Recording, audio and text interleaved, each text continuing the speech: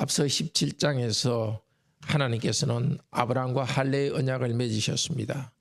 그리고 복을 약속하셨습니다. 자손의 복과 땅의 복, 그리고 하나님께서 여호와께서 그와 그 후손의 하나님이 되시는 그들을 지키는 수호신이 되겠다는 것을 약속하셨습니다.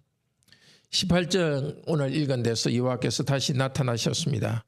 사람의 모습으로 나타나셔서 아브라함의 대접을 받으셨습니다. 아브라함을 축복하시고 내년 이맘때에 아들을 낳을 것이라고 예고했습니다.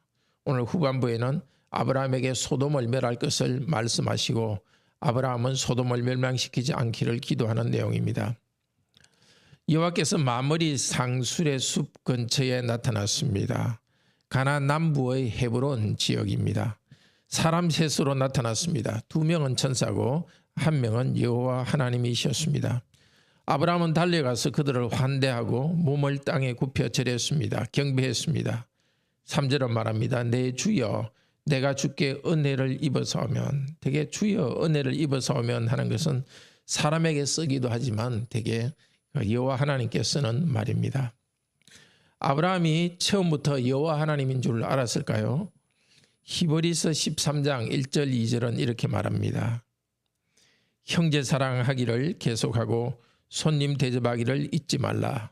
이로써 부지 중에 천사들을 대접한 이들이 있었느니라. 아브라함을 두고 하는 말씀입니다.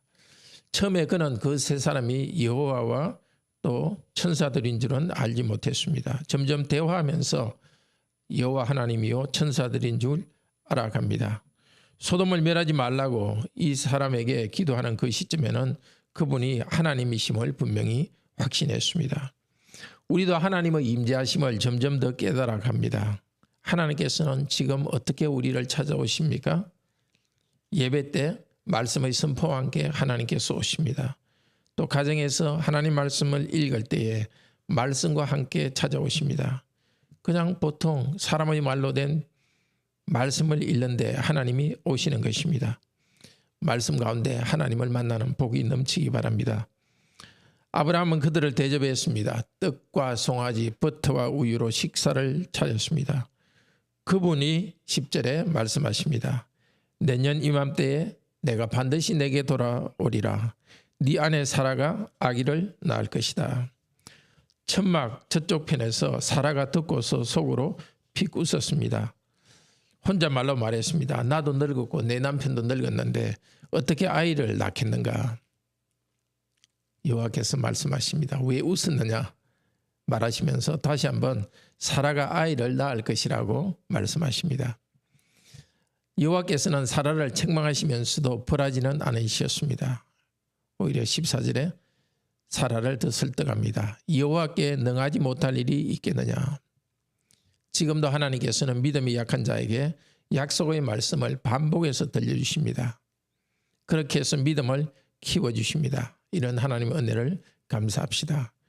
우리에게 가장 믿기 힘든 일은 하나님의 아들이 사람이 되셨고 우리를 위해서 십자가에 죽으셔서 우리 죄를 다 용서하신 사실입니다. 상상도 할 수 없이 좋은 일입니다. 이 큰 은혜를 잠깐이라도 의심하지 말고 믿음으로 받아들입시다. 우리 삶의 문제가 꼬일 때마다 하나님께 간구합시다. 하나님께서는 능치 못할 일이 없으십니다. 16절부터는 소돔과 관련한 이야기입니다. 3명의 손님들은 소돔으로 향해 떠납니다. 아브라함은 전송하려고 함께 갔습니다. 그때 하나님께서 하시려는 일을 아브라함에게 알려주십니다. 19절에서는 아브라함을 택했다고 말합니다. 이 택했다는 말의 원래 뜻은 선택이 아니라 알았다는 뜻입니다. 친근하게 안다는 뜻입니다. 여호와께서는 아브라함을 친근하게 알았고 마음속 깊이 있는 내용을 함께 터놓고 나누는 친구 관계였습니다.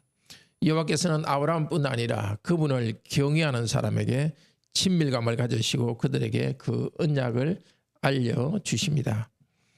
하나님의 아들이신 예수님도 이 세상에 오셔서 제자들을 종이 아니라 친구로 삼아주셨습니다. 요한복음 15장 15절에 말하셨습니다.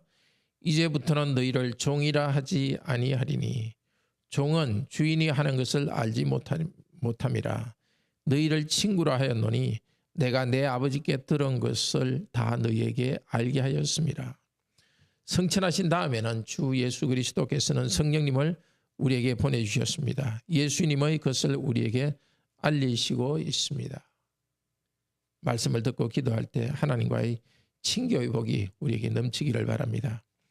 여호와께서는 아브라함에게 두 가지를 알려주십니다. 첫째는 아브라함과 그의 후손에게 주시는 축복을 말씀하고, 둘째 조카 롯이 살고 있는 소돔을 멸망시키는 일에 대해서 말씀하십니다. 아브라함과 그 후손이 받는 복에 대해서는 이렇게 말씀하십니다. 아브라함이 강한 나라가 되고 천하 만민이 그로 인해 복을 받을 것입니다. 이 복을 받은 아브라함의 사명은 그의 자녀와 그의 집안 사람들에게 하나님의 뜻을 명령하는 것입니다. 즉 여호와의 길을 지켜 의와 공의를 실천하게 하는 것입니다. 하나님께서는 그 당신의 의로우심과 공의를 실천하는 한 민족을, 한 국가를 만들기 위해서 아브라함을 선택하셨고, 아브라함에게 그분의 정의와 공의가 어떤 것인지를 가르쳐 주십니다. 나중에 아브라함의 후손인 모세 시대에는 더 율법을 체계적으로 주었지만 그 전에도 하나님께서는 아브라함과 친교하시면서 무엇이 정의의 길이고 올바른 길인지를 가르쳐 주셨습니다. 우리도 하나님께서 사람이 살아가야 할 올바르고 정의의 길을 가르쳐 주시고 말씀대로 살아가도록 우리에게 성령님을 주셨습니다. 아브라함과 그의 믿음의 후손인 우리를 통해서 세상 가운데 의로운 한 나라, 하나님 나라, 교회를 이루어 가십니다. 하나님의 의로운 말씀을 따라서 오늘도 의롭게 살아가는 하루가 되기를 바랍니다. 하나님께서 아브라함에게 알려주시는 두 번째 내용은 소돔과 고모라를 멸망시키는 내용입니다. 왜 하나님께서 이 도시를 멸망하는 이야기를 아브라함에게 말했을까요? 바로 아브라함이 그 도시를 위해서 하나님께 기도하도록 하기 위해서입니다. 그 사람들, 즉 두 명의 천사들은 소돔과 고모라 쪽으로 떠났습니다. 여호와께서 홀로 남아 계셨고 아브라함은 그 앞에 서 있었습니다. 아브라함은 하나님께 간청합니다. 하나님, 의인들도 악인들과 함께 멸망하는 것이 가능합니까? 여호와의 의를 후손에게 가르쳐서 의로운 백성으로 양육해야 될 사명이 있는 아브라함은 그 도시에 있는 의로운 사람을 염려합니다.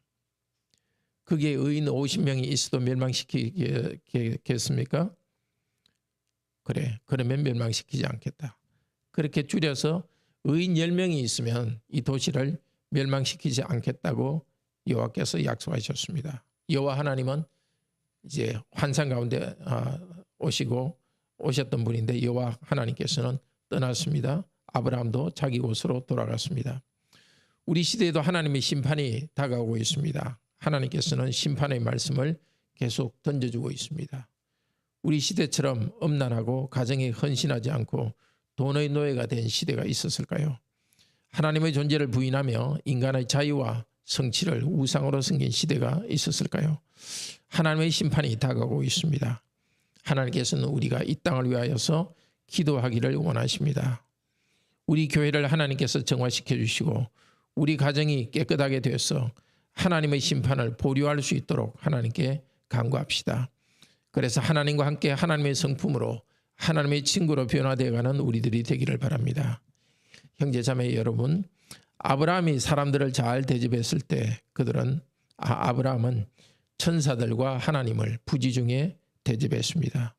우리도 사람들을 환대하고 섬기는 일을 자주 또 부지런히 합시다. 특히 성도들을 환영하고 섬기도록 합시다. 하나님께서는 아브라함에게 약속의 말씀을 계속 주셨습니다.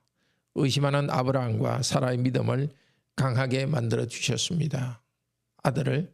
너희 두 사람이 아들을 낳을 것이라는 말씀을 반복해서 말씀해 주셨습니다. 지금도 하나님께서는 말씀을 통해서 우리의 믿음을 굳게 하십니다. 예배에서 가정에서 말씀을 가까이 함으로써 성령님 안에서 믿음이 더욱 자라나기를 바랍니다. 이 세상은 하나님께 죄를 지어서 하나님의 심판을 받고 있습니다. 더 큰 심판이 오고 있습니다. 이 심판을 피하는 것이 중요합니다. 사람들은 모르지만 하나님께서는 우리에게 알려주셨습니다. 이 복음을 사람들과 함께 나눕시다. 아직 구원받지 못한 친구들, 가족을 위해서 기도합시다. 하나님께서는 아브라함을 중보자로 세우셔서 세상을 위해서 기도하게 하셨습니다. 그러나 이제 아브라함에 비할 수 없는 의로우신 분 예수 그리스도의 중보 때문에 우리는 죄사함과 구원을 받았습니다. 우리에게 의롭게 살아가는 길을 가르쳐 주셨습니다. 먼저 은혜 받는 우리들은 은혜를 나누어주는 사명자로 부름받았습니다. 오직 예수님으로 의롭게 된다는 이 복음이 널리 전파되도록 기도합시다. 복음을 통해 의롭게 되는 이 길을 세상에 알립시다. 그러기 위해서 우리가 먼저 성령께 의지하여서 의로운 삶을 살아가도록 합시다. 기도합시다. 자비로우신 하나님, 저희도 아브라함처럼 대접하고 환대하는 것을 좋아하게 하시고 그 과정에서 우리 하나님의 인정을 받고 하나님을 만나는 은혜가 있게 하소서. 저희들에게 믿음이 부족합니다. 주께서 저희들의 가정을 세워주시고 교회를 거룩하게 세워가시는데 저희들이 믿음이 부족합니다. 믿음을 허락하여 주시옵소서. 이 땅이 죄 가운데서 멸망할 것인데 주여 저희들에게 이 땅을 위해서 기도하게 하시고 복음을 잘 나누는 자들이 되게 하여 주소서.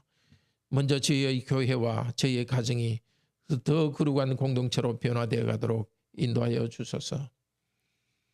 내일도 우리가 예배로 모일 때 높으신 하나님 우리의 경배를 받아주시고 저희가 하나님을 더 예배할 수 있도록 더 큰 은혜로 먼저 저희들을 채워주소서. 아침에 저희가 기도하기 원합니다. 우리 안에 있는 온갖 무거운 짐과 온갖 죄들과 또 고통스러운 일을 주님께 아뢰일 때 위로해 주시고 우리에게 새로운 기쁨으로 새로운 사람으로 저희들을 만들어 주시옵소서. 우리 교회 성도 가운데 경제적 어려움 또 질병의 어려움이 있는 성도들 주께서 치유하여 주시고 필요한 것을 공급하여 주셔서 무엇보다도 거룩한 하나님의 백성으로 다 자라가며 그리스도의 영광스러운 형상으로 변화되어가고 회복되도록 인도하소서. 이 아침에 성령님 오셔서 저희들에게 말씀대로 기도할 수 있도록 하시고 예수 그리스도의 중보의 공덕을 의지하여 하나님께 기도할 때에 하나님의 친구로서 깊은 교제와 기쁨의 시간으로 인도하여 주소서. 주 예수 그리스도 이름으로 기도드립니다. 아멘. 은혜로운 기도 시간 되기를 축복합니다.